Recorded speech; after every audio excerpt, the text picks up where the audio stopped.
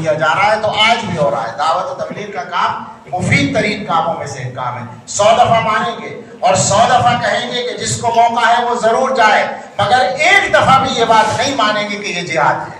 یہ جہاد کی آیتیں اور حدیثیں اس پر صادق ہیں. ایک دفعہ بھی یہ بات نہیں مانیں گے کہ یہ صحابہ اور انبیاء یہی کرتے تھے. بالکل غلط بات ہے. صحابہ اور انبیاء اگر یہی کرتے تھے تو پھر مدرسے والوں کو بھی کہنے دو کہ انبیاء یہی کرتے تھے، اور خانقاہ والوں کو بھی کہنے دو کہ انبیاء یہی کرتے تھے. سارے مسلمان جو بھی کام کریں وہ سارا نبی کرتے تھے. یہ کوئی بات ہے؟ سب صحیح کام ہے. تم جو کام کر رہے ہو وہ بھی صحیح ہے، قرآن و حدیث سے ثابت ہے. مگر یہ کہنا کہ انبیاء اور صحابہ یہی کرتے تھے، اسی طرح کرتے تھے، اسی طرح تو مولانا الیاس صاحب کے ابا نہیں کرتے تھے. انبیاء اور صحابہ کیا کرتے؟ یہ تو طریقہ ایک بعد میں آیا ہے. ضرور جاؤ، ضرور کرو، مگر آدمی بن کر کرو. کوئی ضروری نہیں ہے کہ جو کام کرو اسے سب سے بڑا ہی ثابت کر کے کرو. دین کے سارے کام ہیں. اسی طرح سے مدرسوں والے یا خانقاہوں والے وہ بھی سمجھ لیں اچھی طرح سے کہ یہ کوئی بھی دعویٰ نہ کرے. غیر مسلموں میں تبلیغ کا کام کرنے والے آج کل ایک طریقہ ہے، بعض لوگوں نے یہ دعوے کر رکھے ہیں کہ سب سے بڑا کام وہ یہ. عجیب مصیبت یہ ہے کہ جب تک اپنے کام کو سب سے بڑا نہ کہیں کام نہیں ہوتا. کیا ذوق بنا ہے ہم لوگوں کا؟ نقصان کر رہے ہیں ہم.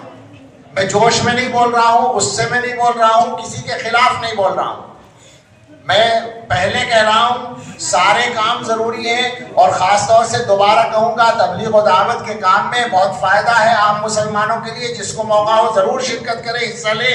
مگر یہ دعوے کرنے والے غلط ہیں بالکل کہ یہی دین کا کام ہے، یہی نبیوں کا کام ہے، یہی صحابہ کا کام ہے. ان کے کاموں میں سے ایک کام ہے جس کا خاص طریقہ اب چلا ہے.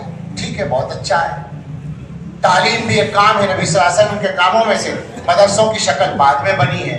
تبلیغ و دعوت سے تو بہت پرانی ہے، اس تبلیغی جماعت کے کام سے تو بہت پرانی ہے مدرسوں کی شکل.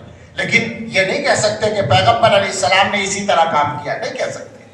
اور تزکیہ یہ پیغمبر علیہ السلام کا سب سے پہلا کام ہے. لیکن خانقاہوں والے یہ دعویٰ کریں کہ یہی طریقہ حضور کا ہے، بالکل غلط ہوگا.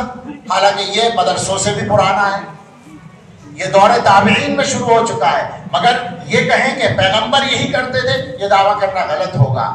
سب سے گزارش ہے کہ اچھی طرح سمجھ لیں دین نہ ہمارے ہاتھ میں ہے، نہ ہمارے بزرگوں کے ہاتھ میں ہے.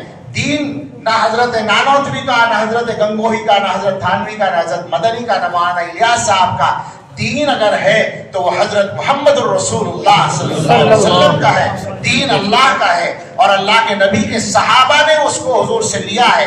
ان کے طریقے پر، سنت کے طریقے کے مطابق جو دین کو اختیار کرے گا وہ دیندار کہلائے گا، ورنہ وہ سب اپنی باتیں ہو جائیں گی. ضرورت ہے ہم مسلمان بنیں، ضرورت ہے ہم بندے بن جائیں.